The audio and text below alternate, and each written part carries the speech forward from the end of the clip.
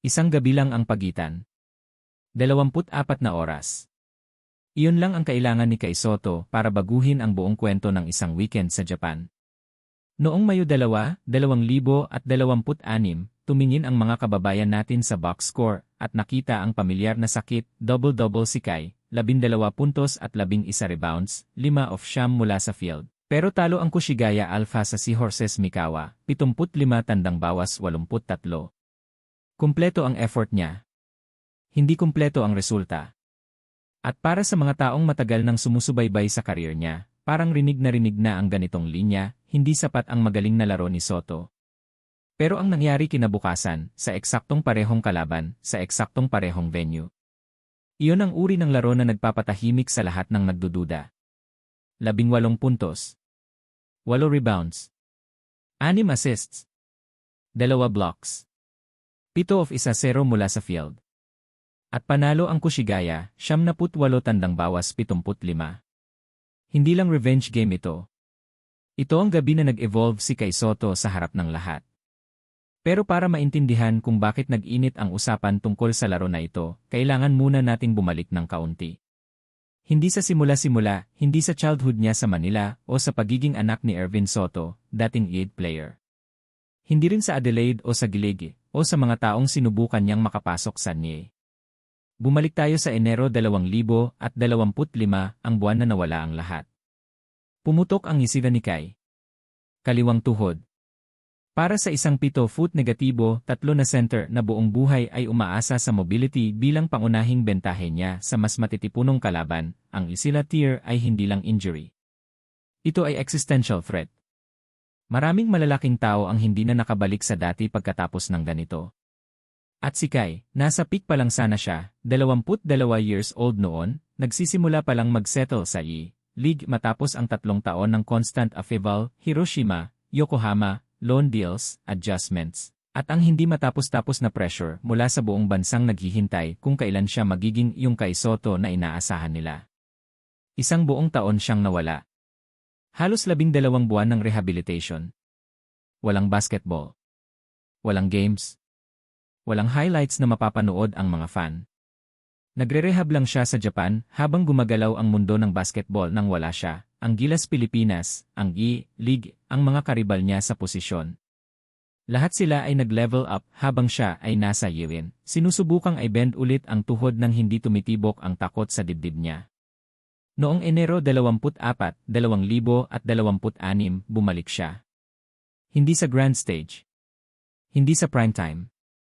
Pumasok siya bilang bench player para sa Kushigaya Alphas laban sa Ibaraki Robots, 1-0 minutes lang, walang puntos, 1 rebound, 2 assists, 3 blocks.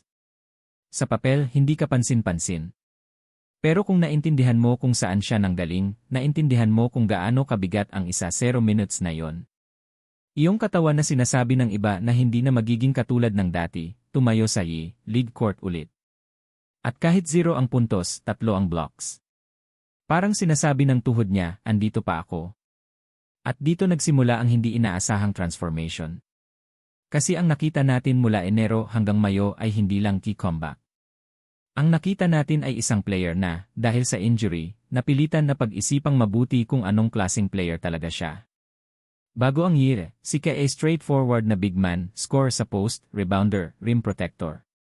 Malakas ang gravity niya sa paint dahil sa height at length. Pero ang version na bumalik noong 2026, may dagdag na dimension. Tingnan niyo ang assists.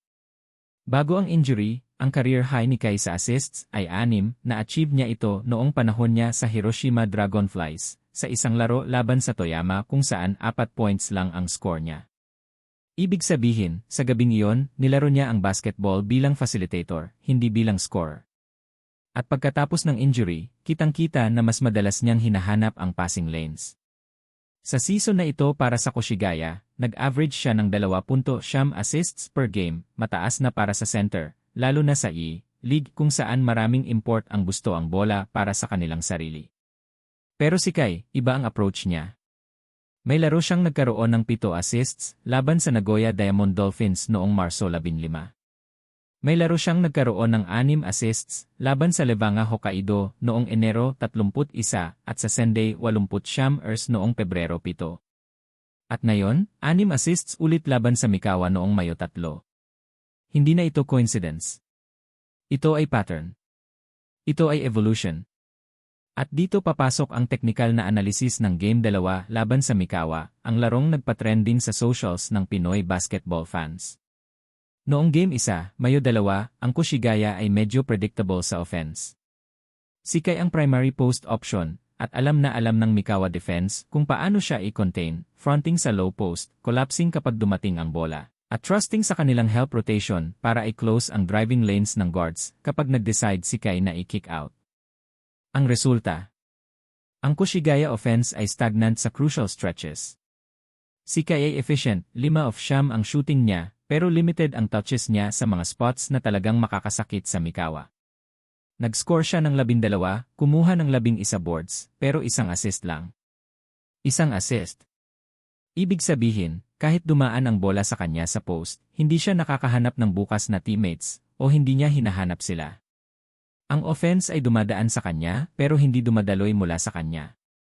Kinabukasan, iba na. Sa Game 2, mula sa unang quarter pa lang, kitang-kita na may adjustment ang Kushigaya sa kung paano nila ginagamit si Kai. Hindi na siya puro back to the basket sa low block.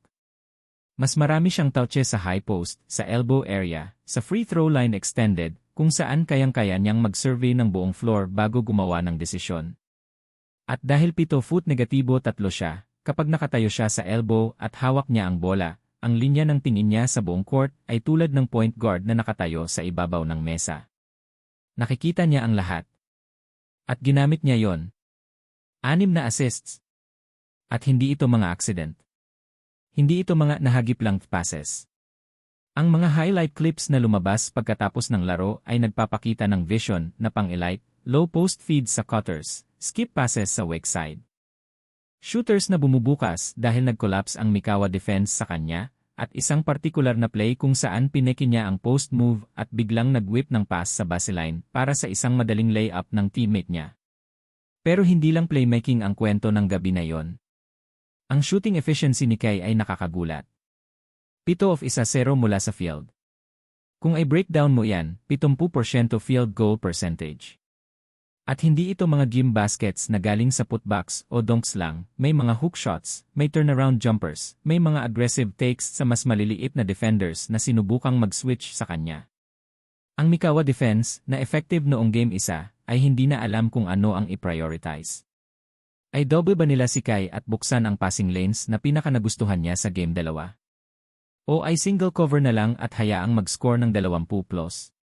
Walang magandang sagot. At iyon ang definition ng isang player na nag-dictate ng terms. 2 blocks din ang naitala niya, at ito ang madalas na overlook na aspeto ng laro ni Kai na hindi sapat na napag-uusapan. Sa 7 negatibo 3 na height, natural ang shot blocking ability niya, pero ang timing niya ay gumanda ngayong season. Hindi siya ang tipong nagbablock na parang naghahanap ng SportsCenter moment. Disciplined ang approach niya, naghihintay siya sa shooter na mag-commit bago gumalaw, at anytime niya ang swat sa peak ng release imbes na mag-jump ng maaga at mag-fall. Sa 2 blocks niya laban sa Mikawa, pareho sa second half, pareho sa mga moments na sinusubukan ng Mikawa na mag-rally. Pinuputol niya ang momentum nila ng tahimik pero decisively. At ang final score, 78-75 ay hindi lang panalo. Ito ay demolition. 23 puntos ang agwat. Sa isang kalaban na nanalo laban sa kanila just 24 hours ago. Sa isang Seahorses Mikawa team na may 27-13 record noong panahong iyon, isa sa mas competitive na teams sa league standings. Hindi ito pushover na tinalo ng Kushigaya. Ito ay legitimate na contender na hindi nakahanap ng sagot sa tanong na ibinigay ni Kai Soto sa kanilang defense. Siyempre, hindi lang si Kai ang dahilan ng panalo. Si Sekou Doumbouya, ang dating NA first-round pick na ngayon ay teammate ni Kai sa Kushigaya, ay nag-contribute ng 22 puntos. At dito may mahalagang punto, ang chemistry ng dalawa ay lumalaki. Si Doumbouya, na 6 negatibo siyam, ay mabilis at versatile sa perimeter. Si Kai, sa 7 negatibo 3, ay gravitational force sa paint. Kapag magkasama sila sa court at pareho silang aggressive, ang spacing ng Kushigaya offense ay nagiging nightmarish para sa kalaban. Sino ang i-help sa post? Sino ang tatakbo pabalik sa perimeter? Ang tandem na ito ay isang bagay na kailangan ng mas maraming atensyon habang papalapit ang dulo ng season. Pero balik tayo sa mas malaking larawan para sa mga Pinoy fans na nanunood ngayon. Si Kai Sotto ay bumalik mula sa injury noong Enero. Iyon ay 3 buwan at 10 araw bago ang Game 2 laban sa Mikawa. Sa loob ng 3 buwan na iyon, nag-average siya ng halos 13 puntos at malapit sa 1-0 rebounds per game habang tumaas ang confidence niya. Pumasok siya sa 1,000-point club ng League noong Pebrero, ang ika-6 na Pilipinong naka-achieve nyon, kasama nina Thirdy Ravenna, Kiefer Ravenna, Ray Parks, Matthew Wright at Dwight Ramos. Nag-post siya ng career-high 11 rebounds noong Marso 3.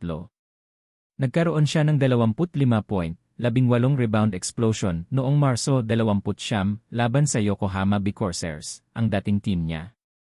Hindi nawawala ang trajectory kahit minsan. At ito ang pinaka-interesting na aspect ng season na ito para sa kanya. Ang Kushigaya Alphas ay hindi isang championship team. Nasa lower half sila ng standings. May banta ng relegation kahit malayo pa. Ang record nila ay consistently below 500. At maraming pwedeng sabihin tungkol sa kung ano ang ibig sabihin noon para sa isang player na kasing caliber ni Kai. Pero ang mas nakakaintriga na tanong ay ito, ano ang ginagawa ni Kai sa sitwasyon na yon? Dahil ang sagot, batay sa mga laro na pinapanood natin, ay hindi naghihintay siya na matrade o nagsisave siya ng energy. Ang sagot ay nag-i-invest siya. Nag-imbento siya ng bagong version ng sarili niya sa loob ng isang team na nangangailangan sa kanya na maging higit pa sa score. Ang Kushigaya, dahil sa limitations nito, ay